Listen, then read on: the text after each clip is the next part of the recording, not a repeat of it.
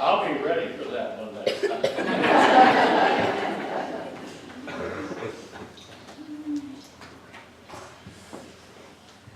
There was a television commercial a couple of years ago.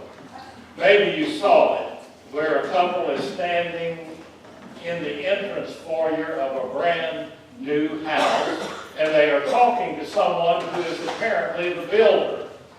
And they ask, how long will it be before the house is ready for us to move in?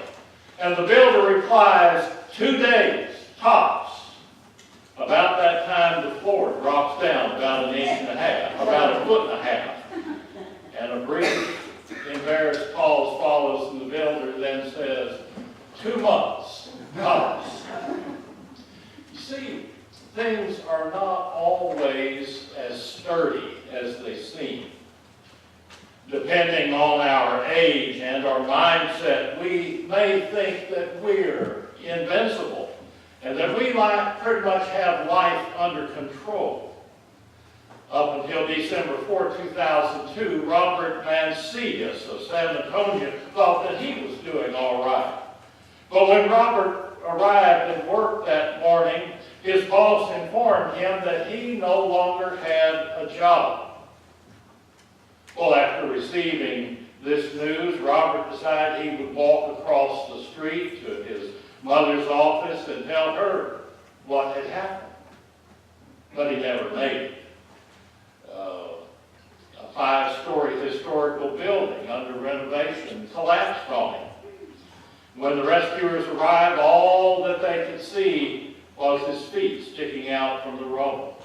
When he was freed, he was rushed to the trauma hospital. They found that he had several broken bones, a concussion, and other injuries, but none of the injuries were life-threatening. So Robert told his mom not to worry, that he was okay. Well, I don't know whether I would have said I was okay after a day like that or not. Obviously, the twin catastrophes that occurred to Roberts are not likely to happen to any of us, at least not on the same day. Yet sometimes we may feel like they have. There's nothing about our lives that is either sure or set. And the fact is that we're really not invincible.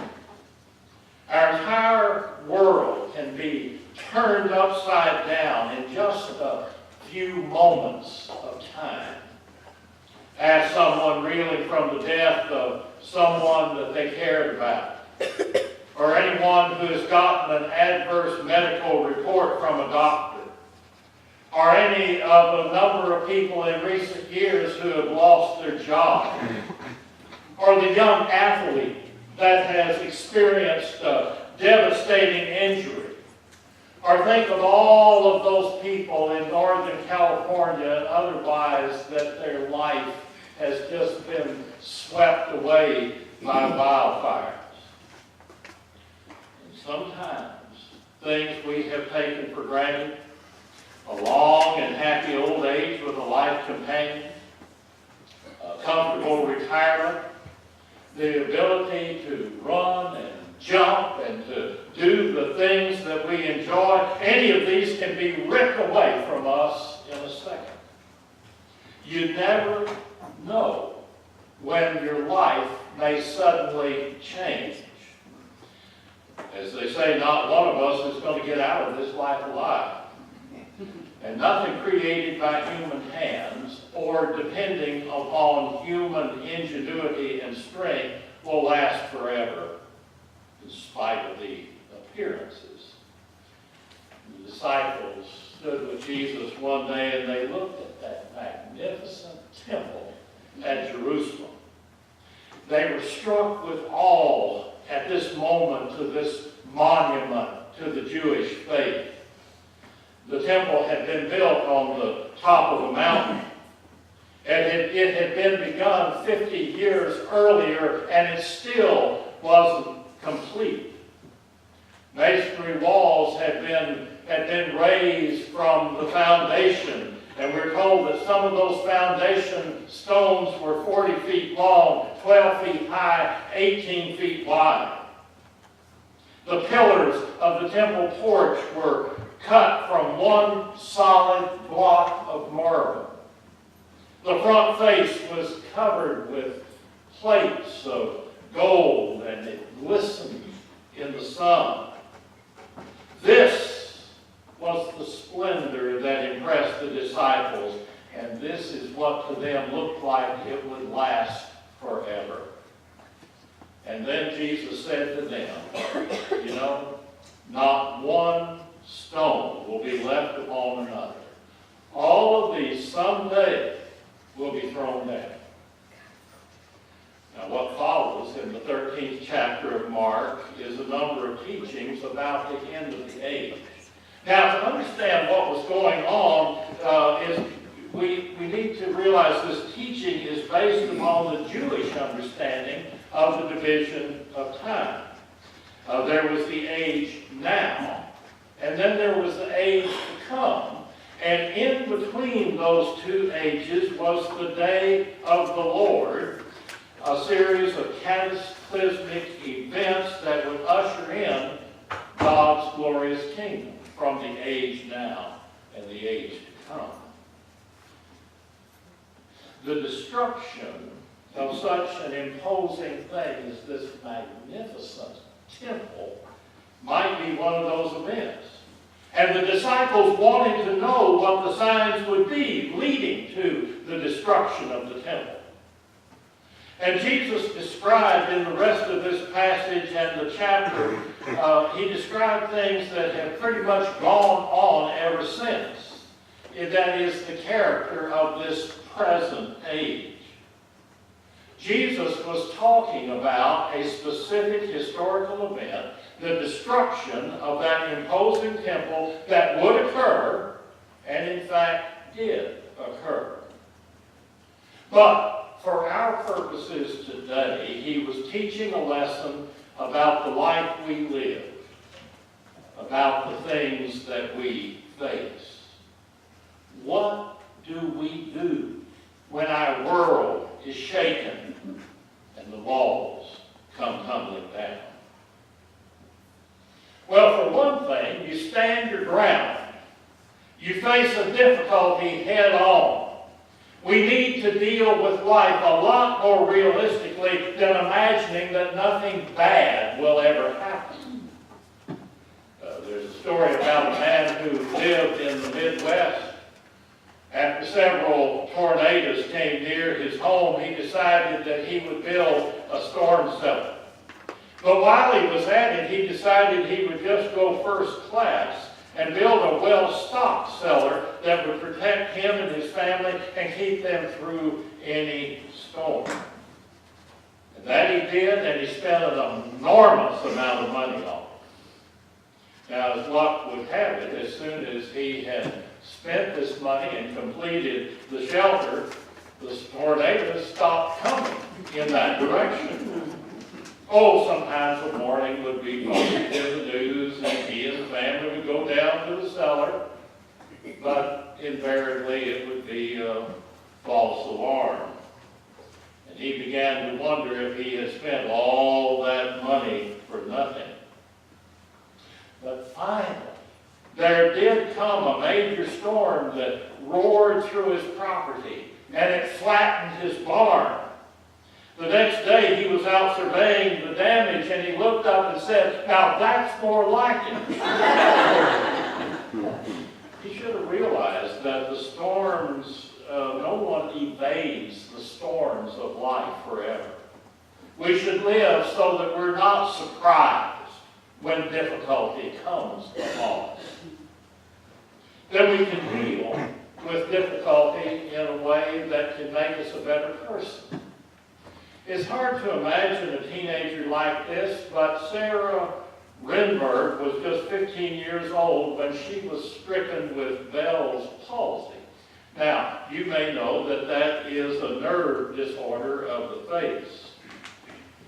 As if the teen years were not hard enough, Sarah had to deal with the side effects and her altered appearance that are the hallmarks of Bell's palsy. But Sarah decided not to let those troubles consume her life. In fact, she wrote in the school newspaper an open letter to her peers. And in that letter, Sarah vowed that she was going to profit from this condition. And she wrote, "I am going to gain a powerful weapon, empathy. Empathy for all the disfigured people in the world. Empathy for anyone who has had a stroke. God has handpicked me to bestow this blessing upon, and I believe that when God bestows a blessing, the entire world changes." For Sarah's world had changed, especially for a teenager. It would have been so much easier for a young person in her condition to just run and hide from the world.